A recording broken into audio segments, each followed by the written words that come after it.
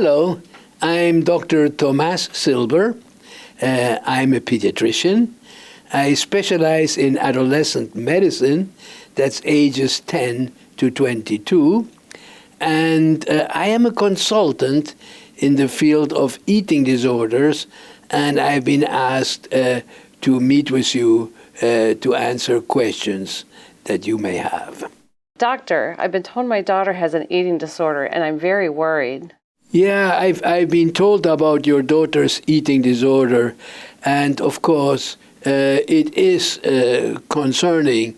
There are many different kinds of eating disorders, but actually the approach to them is very similar, and sometimes one can morph into the other. I'm sure you have been looking at the internet for more information, and the only thing I need to tell you now is that much of the information on the internet deals with adults with anorexia nervosa, for instance, but it's not entirely appropriate to children and adolescents with the same condition, which has a more benign and a better outcome. Can someone die from an eating disorder? Yeah, that's the question that comes into the mind of every parent, especially after reading about some model or somebody who did die. But death in adolescence is extremely unusual for the simple reason that parents and doctors will not allow a child or a teenager to starve to death. The death rate that has been quoted in many articles is outmoded and outdated. It used to be first 20%, then 10%, then 5%, and now it's a very small number. And the likelihood that somebody diagnosed with anorexia as a teenager will die at the time of treatment is really extremely rare. What are the health problems that an eating disorder can bring about? You know, that's a very good question because one has to be alert to them. The main problem, of course, is starvation or semi-starvation, which can induce weakness, low body temperature, a very low heart rate, which is the way the body tries to conserve its energy. And of course, a low heart rate is at risk for an arrhythmia, a change in the pulse rate, and it can even be, if the patient is starving to death, it can lead to a cardiac arrest. There are other problems to be alert to. Some are visible, such as a swelling of the parotid glands, such as digestive difficulties. There is a delayed gastric emptying sometimes with loss of stomach musculature. There can be constipation as a problem. Sometimes, if this is not treated on time, there can be liver damage associated with this, and even kidney damage. So obviously, this should not happen, and it can all be avoided by interdicting, dieting, and semi-starvation. My daughter missed her menstrual period. Can she become sterile? You know, the loss of the menstrual period is a very common event in the course of anorexia. Interestingly and strangely, many patients of mine have lost their period even before they started losing weight. So stress may be a component. And the good news is that nutritional rehabilitation will bring back the periods, usually when the patient weighs 10% more than the weight at which they lost their period. And of course, they will have normal pregnancies. It will not cause sterility. My daughter is very sad. She cries all the time. She doesn't want to see anyone, and she's looking in the mirror all the time, touching her belly, saying that she is fat. How can I help her? You know, what you describe is a common situation that needs to be addressed because depression and sadness is very often a sign of malnutrition. And so it really becomes important to renourish your child because sometimes the depression lifts with correction of the malnutrition. Unfortunately, there is the issue of comorbidity, which is when you have more than one illness at the same time. Like, for instance, somebody having diabetes and high blood pressure, you can have an eating disorder and a mood disorder at the same time. In that case, the mood disorder needs to be treated independently. What she's doing with the mirror that you mentioned to me is really not vanity. It's despair. This issue has been addressed under the name of distorted body image, because indeed, very often there's a perception of big thighs, big abdomen, and that is perceived as real. And the best thing that I can do to compare that experience is to soldiers that may have lost an arm or a leg, and unfortunately still feel that member to be present, though of course it is not. Sometimes even painful. And that's being referred to as phantom limb. And my interpretation is that what happens in anorexia is phantom fat. And of course, treatment of anorexia will eventually get rid of that horrible feeling. My daughter is on her feet all day. She exercises for hours, and I can't make her stop. How can I help her? You know, this is called compulsive exercise. And it occurs in many patients, especially in the course of anorexia nervosa. And it has two missions. One is actually to improve mood by bringing up endorphins in the brain, which are calming and give almost like a high. And the second one, and very important to the patient, is it burns calories. So it is very difficult to stop that behavior, and it can only be done in a kind and patient way.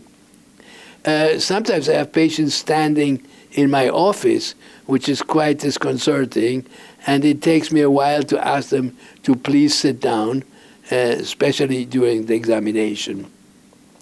And the symptom begins to diminish as the disease improves, but sometimes it can last a long time. Why is it so hard for her to eat? How can I help her?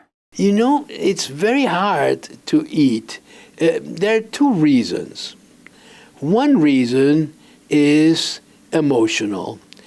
Some people, when they don't feel well emotionally, they just can't eat. They just don't eat. And that in itself is not necessarily abnormal. It's a response to stress.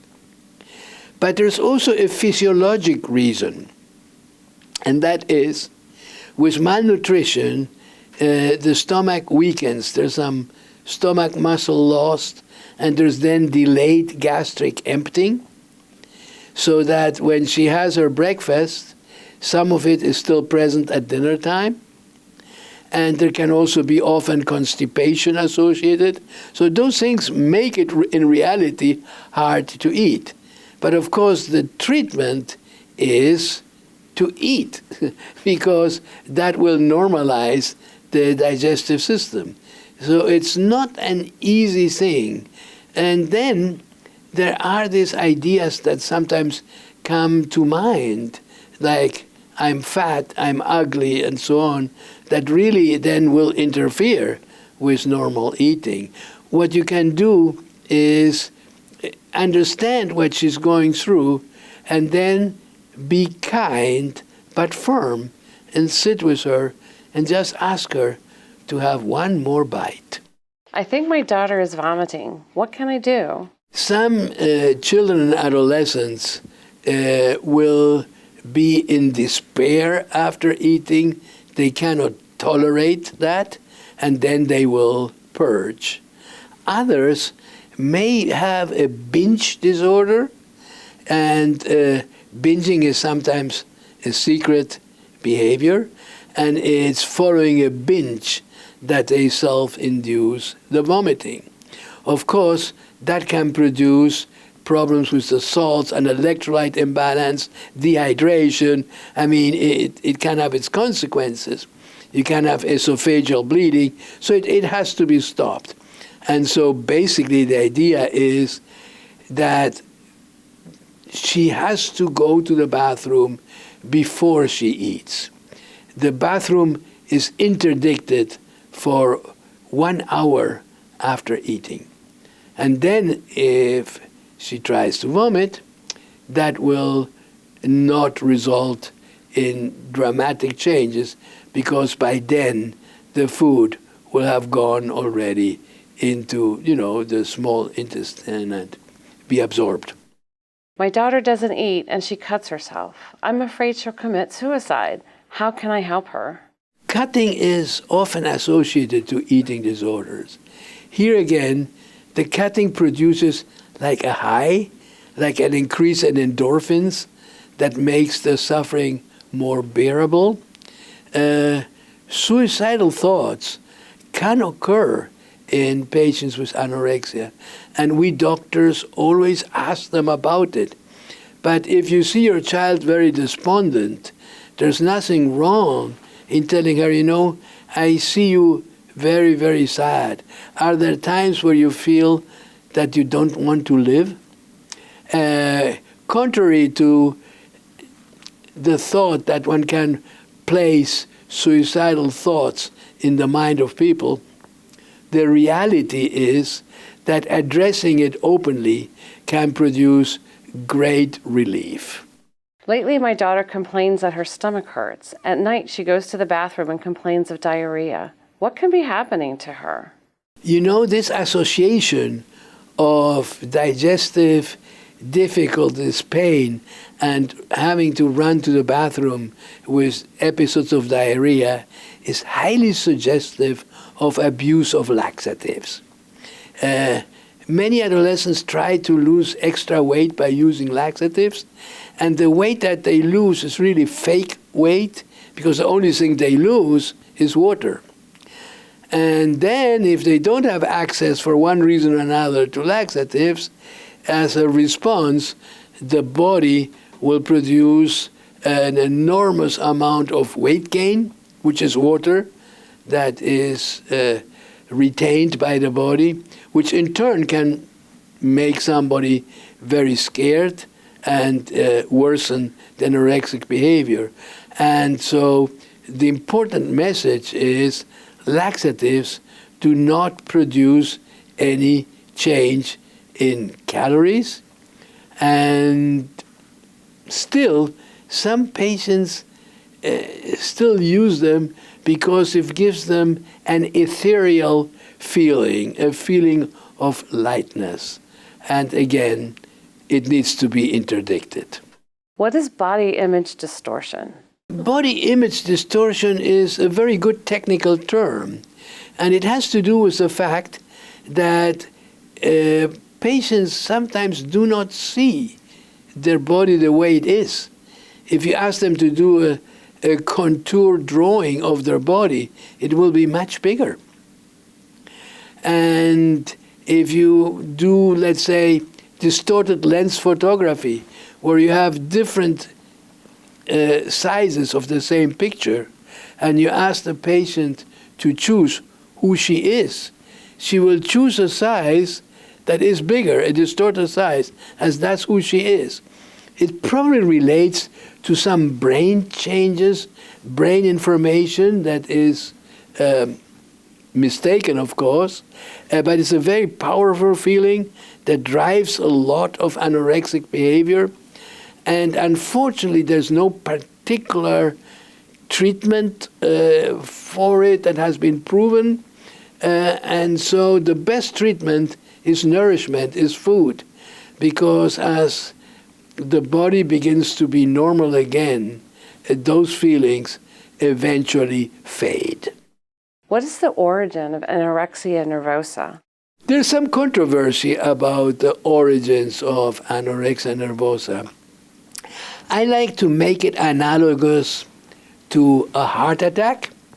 When you have a heart attack, you have predisposing factors, such as being male, being older, being bald, having hair in your ears, elevated cholesterol, high blood pressure, high sugar, and so on. As you add them all on, the risk of a heart attack is, of course, much bigger. Occasionally, somebody has a heart attack who doesn't have the risk factors, but most of the time, it's that way. Well, with anorexia, it seems to be the same thing. The word that we doctors often use is multifactorial. So it's usually children who are shy or have a tendency to be anxious. They are perfectionists.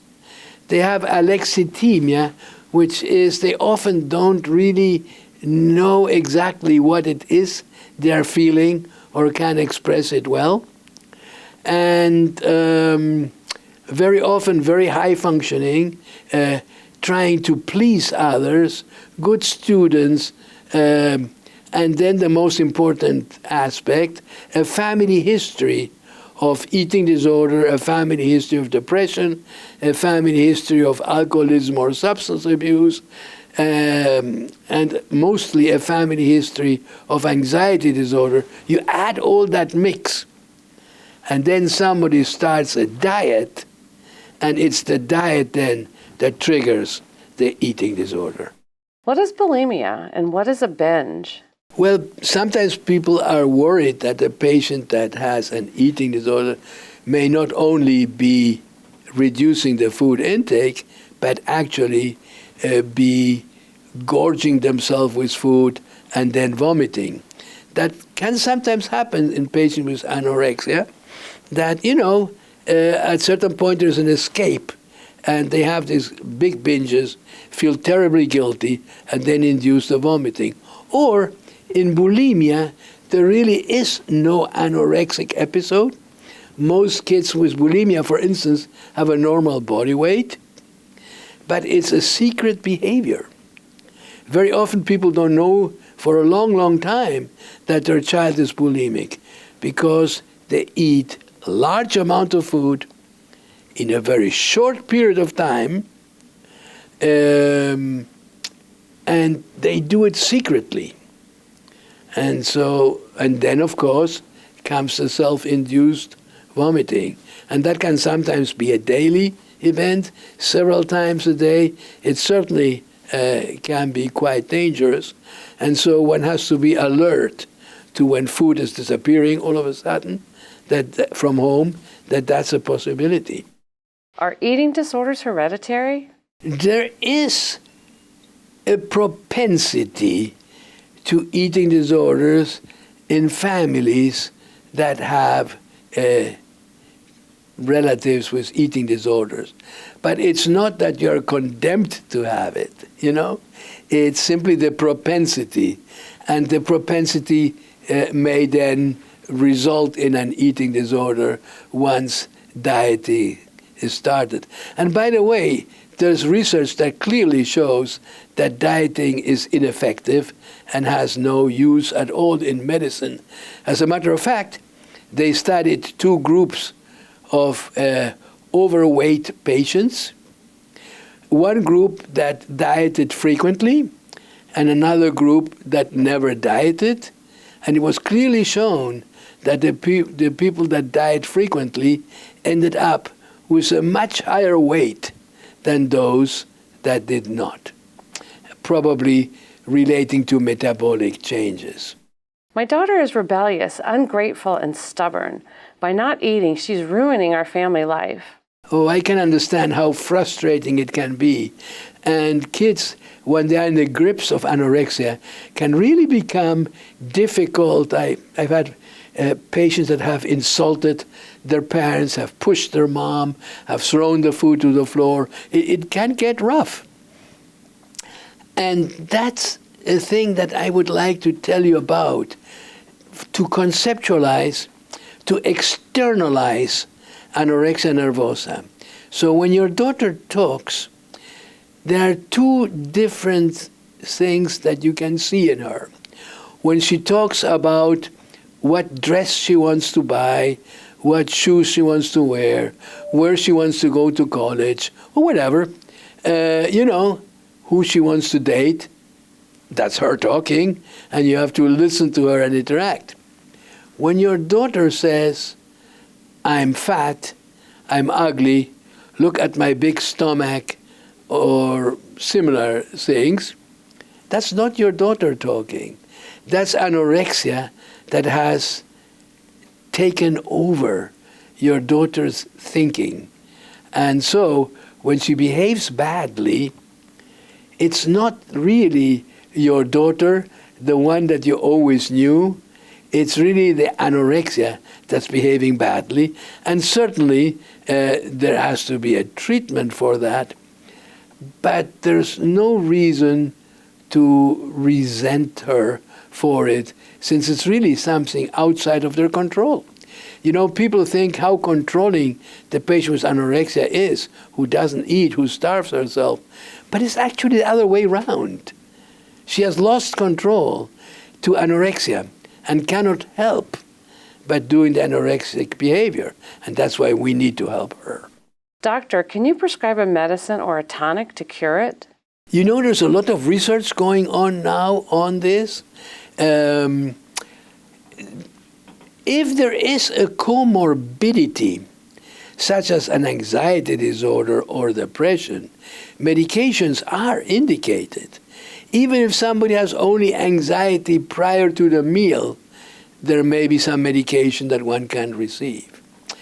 In some rare cases where the anorexia really has like a delusional aspect, where the patient often, for instance, hears an anorexic voice that tells them that they are fat, that they're ugly, that they shouldn't eat, that they don't deserve to eat.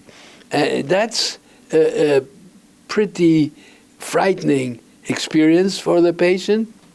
And very often they won't tell anybody unless the doctor asks them about it. In those patients, low-dose antipsychotic medications have been helpful. But there's no general medication for eating disorders, except the case of bulimia, where there is now a medication that has been approved for use, and one of the classical antidepressants can also help with the bulimic behavior. And there's a lot of research going on now, so that, for instance, some people have been using transmagnetic brain stimulation for treatment of depression and eating disorders. Doctor, is it true that once you have anorexia, you have it forever? You know, that's a myth. I tell all my patients the world is full of former anorexics, former bulimics, former alcoholics, former you name it. The recovery rate, especially in young people, is very good. About half of them have a complete recovery. The other half of those are not in any danger, but they're left with some quirks, some anorexic thoughts or behaviors are still there, but from a physical point of view, they're doing fine. They have periods, they can get pregnant, they can work at whatever. And then there is a quarter of the patients who do not have a good course, who have the disease for years and are quite sick with it. But even there, it has been clearly shown that patients, even after 8 years of illness, have recovered. My partner and I have very different ideas how to get our daughter to eat, and we've been fighting a lot lately. Who is guilty? You know, the reality is that parents have different experiences when they grow up. They have been parented in different ways, and they may have some difference in approaches and in values. So it's only natural that parents disagree on how to manage this. It's important that they don't air the disagreements in front of their daughter, because then anorexia will use it to its advantage. Some people refer to that as splitting. But it is important that in context of therapy, like family-based treatment, the parents find a common ground on how to help their daughter. And that's work, and it can be done. What is the best treatment for eating disorders? At this point, the state-of-the-art treatment is family-based treatment. It's a special treatment. Some people do it manualized. It's not so easy to obtain for insurance reasons, for waiting lists, because there are not many people that do that. But it's what I really recommend as state-of-the-art. There's something a bit unusual about family-based therapy. It's also referred to as FBT, or the Maudsley approach, which is that initially the therapist doesn't allow for any therapeutic issue to come up. Instead, the therapy is very much focused in how the parents will help their child to eat. And that's the focus, week after week after week, with a goal of weight recovery from week to week. And it does take time. The average length is usually 20 to 24 sessions, but sometimes it can be less. In addition, some other forms of treatment exist, like adolescent-focused therapy. So if you cannot get the ideal treatment, getting treatment with therapists that are versed in managing patients with eating disorders is going to be a very helpful thing. And some of those therapists sometimes have sessions with the parents.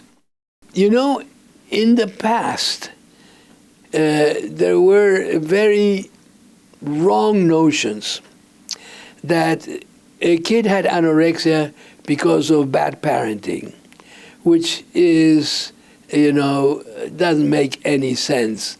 The reality is studies have been done comparing parents of children with leukemia, parents of children with cystic fibrosis, and parents of children with anorexia nervosa, and no significant difference was found other than they were extremely distressed.